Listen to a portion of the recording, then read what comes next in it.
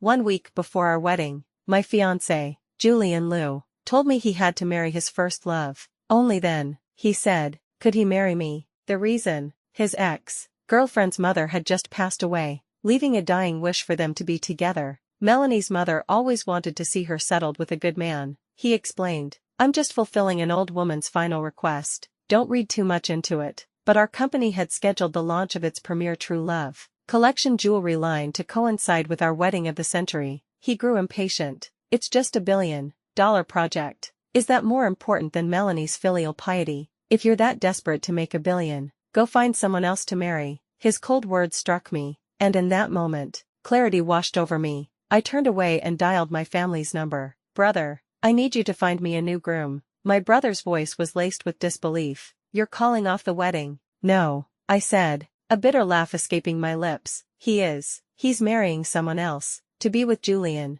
I had fought tooth and nail against my own family, moving heaven and earth just to win my parents' approval. I'd even tied the launch of our most important jewelry collection to our wedding day. Now, all of it was turning to dust. My brother was silent for a long moment. Then, there's only Sterling Shin, he finally said. His family is pushing him to get married, and he's been looking for a suitable candidate. I frowned. Sterling Shin was my sworn rival. On the day of my engagement party, he'd dryly wished for my marital dreams to be shattered. I never thought his curse would come true, but time was running out. He'll do, I said. Ask him if he's interested. If not, I'll figure something else out. My brother answered instantly. No need to ask. He'll definitely agree. What? Before I could ask more, a group of people surrounded me. You must be Julian's fiancé. You're so beautiful. Are you here waiting for Julian to get off work? He'll be down any minute. You two are so in love. My hands tightened on the steering wheel, and I lowered my gaze to hide the bitter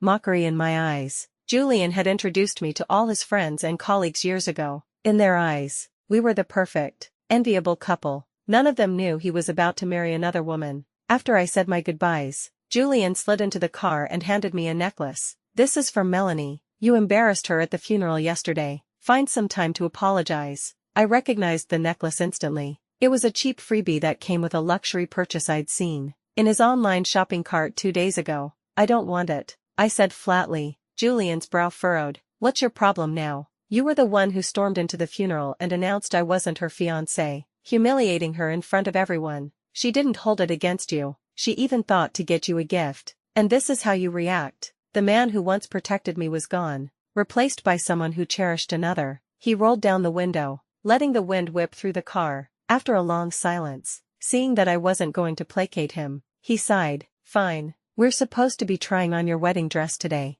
I won't argue with you. It was the first time he had backed down all year. When we arrived at the bridal boutique, the manager greeted us warmly. Mr. Liu, Ms. Chin, the 20 custom-made gowns and suits are all ready for you. But Julian wasn't looking at the clothes. He was staring at his phone, his expression anxious. When he noticed my gaze, he quickly put it away, a hint of apology on his face. Nina, something's come up with Melanie. I have to go. You can try on the dresses yourself, and just pick a suit for me. I trust your taste. He hailed a cab and rushed off, leaving me standing alone. The manager approached cautiously. Ms. Chin, would you like to select the suit yourself? I drew my gaze back to her and nodded. Of course, I would pick a suit, just not for Julian. After all, the groom had changed. I drove home, expecting Julian to be gone all night, but he was there before dinner, holding a takeout container. I drove all over the city to get this for you, he said. Your favorite late-night snack from the Canary. I looked at the shrimp dumplings. There were 3 fewer than usual, and one of them bore a distinct bite mark. 30 minutes earlier, I had seen Melanie's post on social media. The photo was of the exact same meal. Her caption read, "My darling hubby still remembered to buy me a late-night snack. Kisses." I put down my chopsticks, my appetite gone. I don't want it. Throw it out. Julian's face clouded over with displeasure, but he restrained himself and sat beside me, complaining. You have no idea how pitiful Melanie was today. My parents went to her place and berated her for being too poor to afford a proper dowry. She was so upset she burst into tears. He continued. Melanie just got back to the country and doesn't have much money. I was thinking, we could just use the dowry you're bringing for her first. His tone, which left no room for discussion, disgusted me. I shot him a scornful look. So, let me get this straight. I'm expected to provide the dowry for your wife. I used to adore Julian. If he had asked, I would have given him anything, but he had personally shattered that illusion. Thinking back, everything he'd done since Melanie's return had been for her. He had forgotten that I was the one who was supposed to spend the rest of her life with him. My answer enraged him. What is that supposed to mean? You're not willing. You'd better understand something. Melanie is my best friend. You need to keep her happy. Otherwise, I might not marry you at all. He slammed the door and left, my mind in a turmoil. I went for a run in the park. After one lap, my phone rang. It was Shen. Remembering his perpetually cold face, I hesitated for a second before answering. You're on my ship now, which means you're my woman. If you dare run, I'll have you tied up and dragged back. Sterling's first words were a direct hit. I remained silent. He spoke again. Mail me your ID card first. Let's get the marriage license registered. A pause. I'm afraid you'll change your mind. Shen, you're acting very strange. I imagined 1,000 ways he could use this marriage to torture me, but all I could manage to say was, see you at the wedding, Mr. Shen. The moment I hung up, Julian appeared behind me. You're inviting Shen to our wedding. I forbid it. He stared at me as if I were his mortal enemy. Nina Chin, haven't I told you to stay away from Shen? His intentions toward you are not pure. If you insist on inviting him to our wedding, don't blame me for turning ruthless. Before I could say a word, he had laid down the law. Julian had always disliked Sterling, with an inexplicable hostility. When we first started dating, he'd thrown a jealous fit because Sterling and I often bickered over text. I had slowly cut off contact with Sterling after that, but he actually said, Sterling's intentions weren't pure. I was about to ask what he meant, when Melanie suddenly leaned against Julian's neck. Julian, you're hurting my hand. Only then did I notice they were holding hands, their fingers intertwined as they strolled through the park. Julian coughed awkwardly but made no move to pull his hand away. Melanie looked at him with tender affection, then turned to me with a look of feigned helplessness. Nina, I'm so sorry. Julian and I were just rehearsing the wedding ceremony. Please don't mind us. Then, her tone shifted. I won't tell anyone that you hired people to beat me or that you desecrated my mother's grave. But please, don't hurt Julian. A true heart can't withstand such games. I had no patience for her theatrics. I turned to leave. Since you're so eager, maybe I'll send someone to beat you up tonight. And while I'm at it, I'll dig up your mother's grave, too. Slap. Julian struck me across the face. Hard. Nina Chin, how can you be so venomous? His face was dark with fury, his chest heaving. I'm venomous. He believed her slanderous lies without question. While 5 years of our history earned me not a shred of his trust, a fire ignited within me. I was about to confront him, but Melanie stepped in front of Julian. Nina, I'm begging you, as soon as the wedding is over, I'll give Julian back to you. Please, show some mercy, don't hurt the people around me, and don't hurt Julian. As she spoke, she made a show of kneeling. Julian immediately wrapped his arms around her waist to stop her, glaring at me with rage. Nina Chin, stop playing your rich girl bullying games. You know I hate that more than anything. If you still want to marry me, then stop making trouble. He warned me not to appear before them again until the wedding. To my surprise, Julian contacted me the very next day. He opened with a barrage of accusations.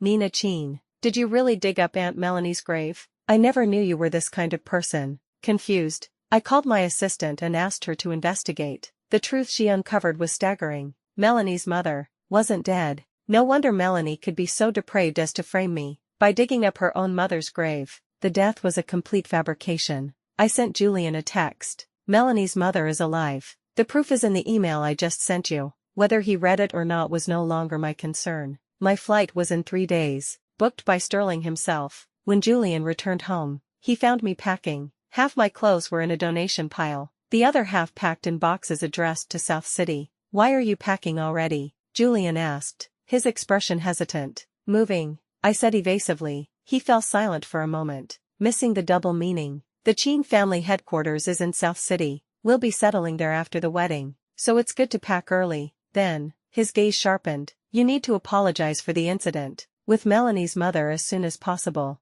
Don't make things difficult for me. How about on the wedding day? He tossed his phone aside and went to find his ID. Today was the day he and Melanie were registering their marriage. He didn't come back that night. I opened my phone to a new text from Melanie. It was a photo of her and Julian in matching pajamas, sharing a bed. I closed my eyes, a sharp pain still managing to pierce my heart. I forced the feeling down and shut off the screen. That night, my phone vibrated every hour. A new video from Melanie arriving each time, taunting me with scenes of her and Julian. The next morning, a message from Sterling arrived. MS, Cheen, the flowers have bloomed. You may return at your leisure. The message was accompanied by a photo of 2 red marriage certificates and a pot of brilliant red peonies. I never thought he'd still be tending to the flower I had casually gifted him years ago. A strange warmth bloomed in my chest. I replied with a single word, okay. I put my phone down to organize my work files. I didn't notice when Julian came back. He was packing a small bag. I'm moving in with Melanie for a few days. She can't handle the wedding preparations alone.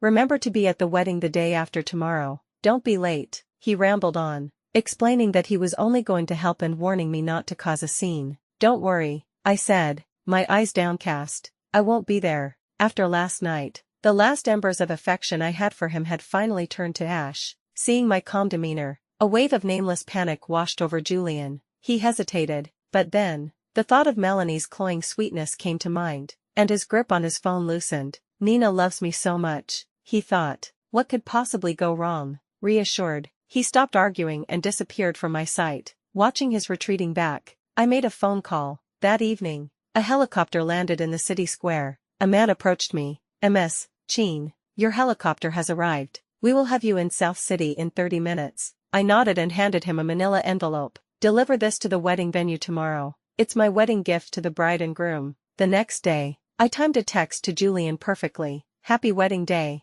At the venue, Julian was anxiously watching the entrance. He asked his secretary, why isn't Nina here yet? She promised to apologize to Aunt Melanie in public today. His secretary was scrolling through the news. His brow furrowed. Sir, I don't think she's coming. It seems she's busy with her own wedding. Hearing this, Julian froze in the middle of the grand hall. The venue was filled with Melanie's favorite champagne roses, creating a dreamlike atmosphere. Guests mingled, champagne flutes in hand. Everything was perfect, but Julian's hand tightened around his phone. His eyes locked on a news headline. Cheen Corp CEO weds. True Love Collection launches. A cold sweat broke out on his palms. He frantically dialed the number he knew by heart, but the call went straight to voicemail. How can this be? Melanie rushed over and took his hand. Julian, what's wrong? Your hands are ice cold. He gripped her hand tightly. Nina, she married someone else. Melanie glanced at the phone and frowned, then quickly smiled. That's impossible.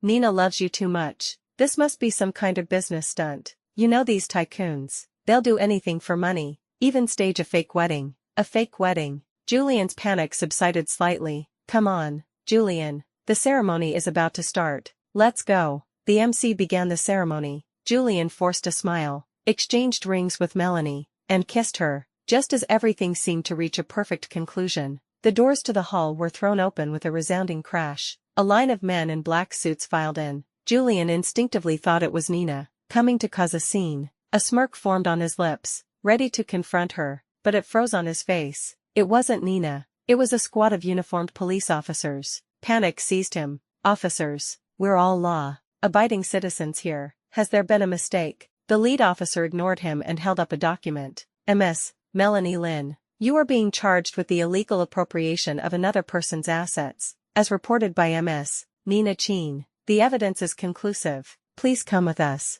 Julian was utterly panicked. Officers, what illegal appropriation? That was Nina's dowry to me. I gave it to Melanie through legal channels. The officer frowned. What you consider legal channels is not recognized by our standards. The plaintiff, MS, Nina Cheen, does not consent. Julian argued desperately. This is a trick. Nina is doing this to ruin my wedding with Melanie. The officer's glare was icy. Sir, do not interfere with our duties. Take her away. As Melanie was escorted out, the wedding dissolved into chaos. Her relatives began to whisper loudly, remarking on the shame of using someone else's dowry. Julian's parents' faces were as black as thunder. His father pointed a trembling finger at him. You, what kind of mess have you made, tossing aside a treasure to marry a pauper? Now look, you have nothing. Julian regained his composure. Mom, Dad, this is just Nina's way of forcing my hand. I'll go find her right now and get her to save Melanie. He took a step, but a man blocked his path.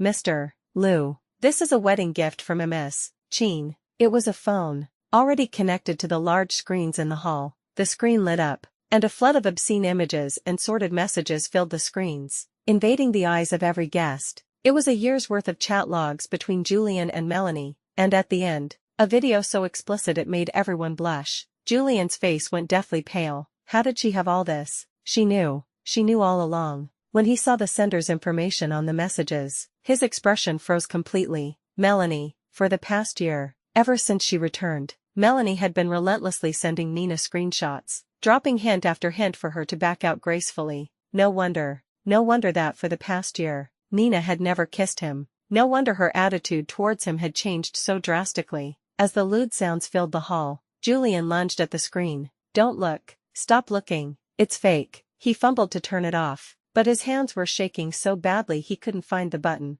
somehow managing to turn the volume up even louder. The wedding ended in a farce. My assistant messaged me about the aftermath just as Sterling and I arrived at our new home, a villa in the South City Hills. Reading the message, I couldn't help but smile. Good. Very well done. I switched off my phone, decisively erasing Julian from my life, moving from sworn rivals to husband and wife. Sterling and I were both a little awkward. I was about to ask if he wanted to draw up a prenuptial agreement, to give us both space and independence. Suddenly, Sterling wrapped his arms around me and kissed me. Humph, Nina Cheen, don't think I actually wanted to marry you. This was just a matter of convenience. He paused, and his tone softened slightly. But don't think you can just mess around. I have no intention of getting married a second time, and you'd better not have that thought either. I stood there, stunned, not even noticing the deep blush spreading across his face. Just as I was about to speak, Sterling's phone rang. He answered, glanced at me, and put it on speaker. Sterling Shen,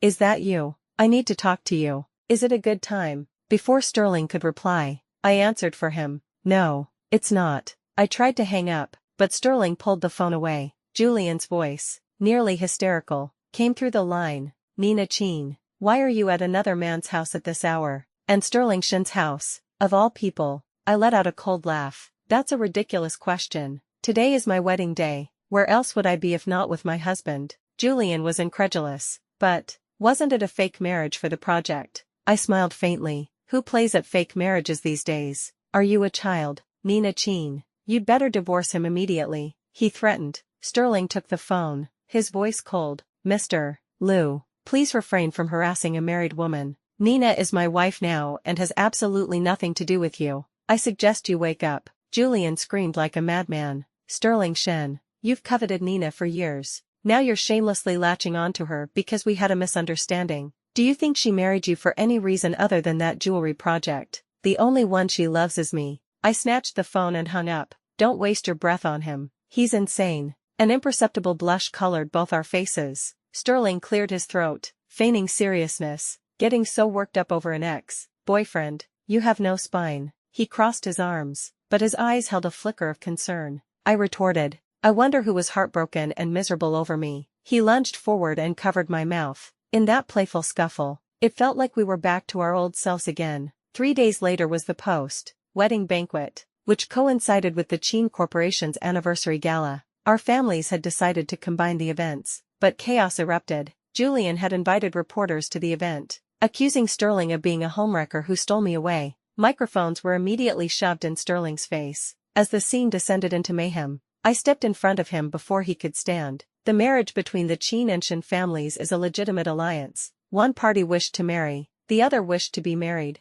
All our documents are in order. Where does this talk of a homewrecker come from? I hope you will all choose your words carefully. Otherwise, the Cheen Corp legal department will not be merciful. The reporters quieted down. Sterling gazed at me, a fond smile playing on his lips. I glanced at him, feeling my ears burn, but Julian was prepared. He played a slideshow on the main screen, a collection of photos from our relationship. Spliced in were pictures he had secretly taken of Sterling. There was one from last year, when I was in the hospital after a skiing accident. Sterling had secretly come to visit me, and one from the year before, when I won a design award. Sterling was in the audience, cheering for me. 3 years ago, on my birthday, Sterling had secretly arranged a city-wide fireworks display for me. 2 years ago, 1 year ago, Julian had secretly documented it all. No wonder he was so convinced Sterling was in love with me. I looked at Sterling. His usually cold face was flushed, and the contrast was surprisingly cute. Julian was still rattling on,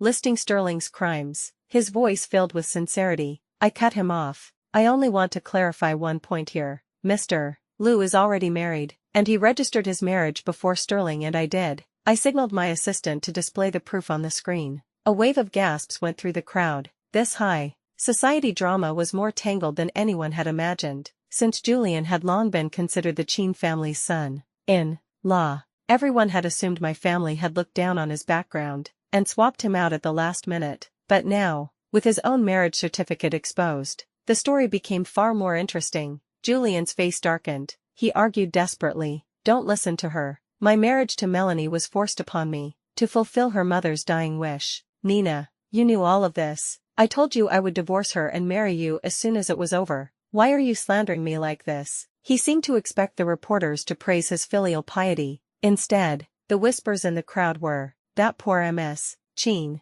how did she end up with a man like that? What kind of twisted logic is that? It's just disgusting." By his logic, I should go die right now and have my son marry a princess to secure his future. You people, Julian stammered in disbelief. Slap. My mother struck him across the face. "Nina gave you so much." I was so confused when she suddenly changed grooms. "I was worried she had wronged you, but it was you." She clutched her chest, her face a mask of pain. Sterling steadied my mother, and I rushed to her side. I looked at Julian, now the target of everyone's scorn, and smiled. It seemed the world was full of rational people after all. Only Julian thought his twisted logic was some grand, moving gesture. In reality, it was just a way to satisfy his own selfish desires. He was still not giving up. He pointed at Sterling. "So what? The fact is, Sterling Shen seduced my wife." "Please watch your words," I corrected him. "Your wife is Melanie Lin. Do not tarnish my husband's name." Sterling finally spoke.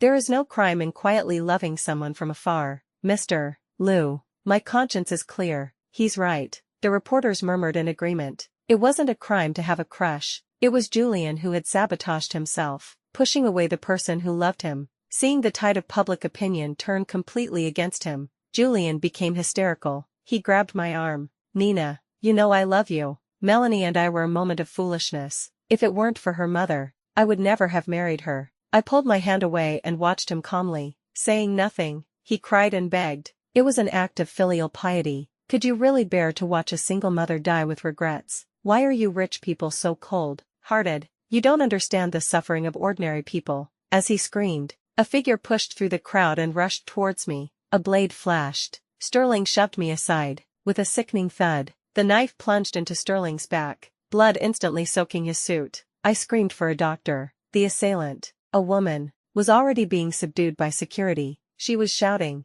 "Give me back my daughter, give me back my daughter." It was Melanie's dead mother. Julian was stunned. "Auntie, aren't you dead?" The woman tried to reach for him, but Julian, snapping back to reality, shoved her away violently. "So you were lying to me all along," he roared, his eyes bloodshot. The woman struggled, a twisted, loving smile on her face. "Julian, my dear, I did it for you and Melanie. You two are in love. That woman stole you away. I was just helping you correct things, helping you find your true happiness." Julian slapped her across the face. "My happiness is Nina Qin. You old hag, who the hell is your daughter? You're the one who tore us apart. Go to hell." He lunged for her throat. Fortunately, the police arrived just in time to stop the chaos. Melanie's mother was taken into custody for faking her death, and Julian was taken to the station for questioning. At the hospital, I looked at Sterling's pale face, my heart filled with guilt. I remembered all the times I had flaunted my happiness in front of him,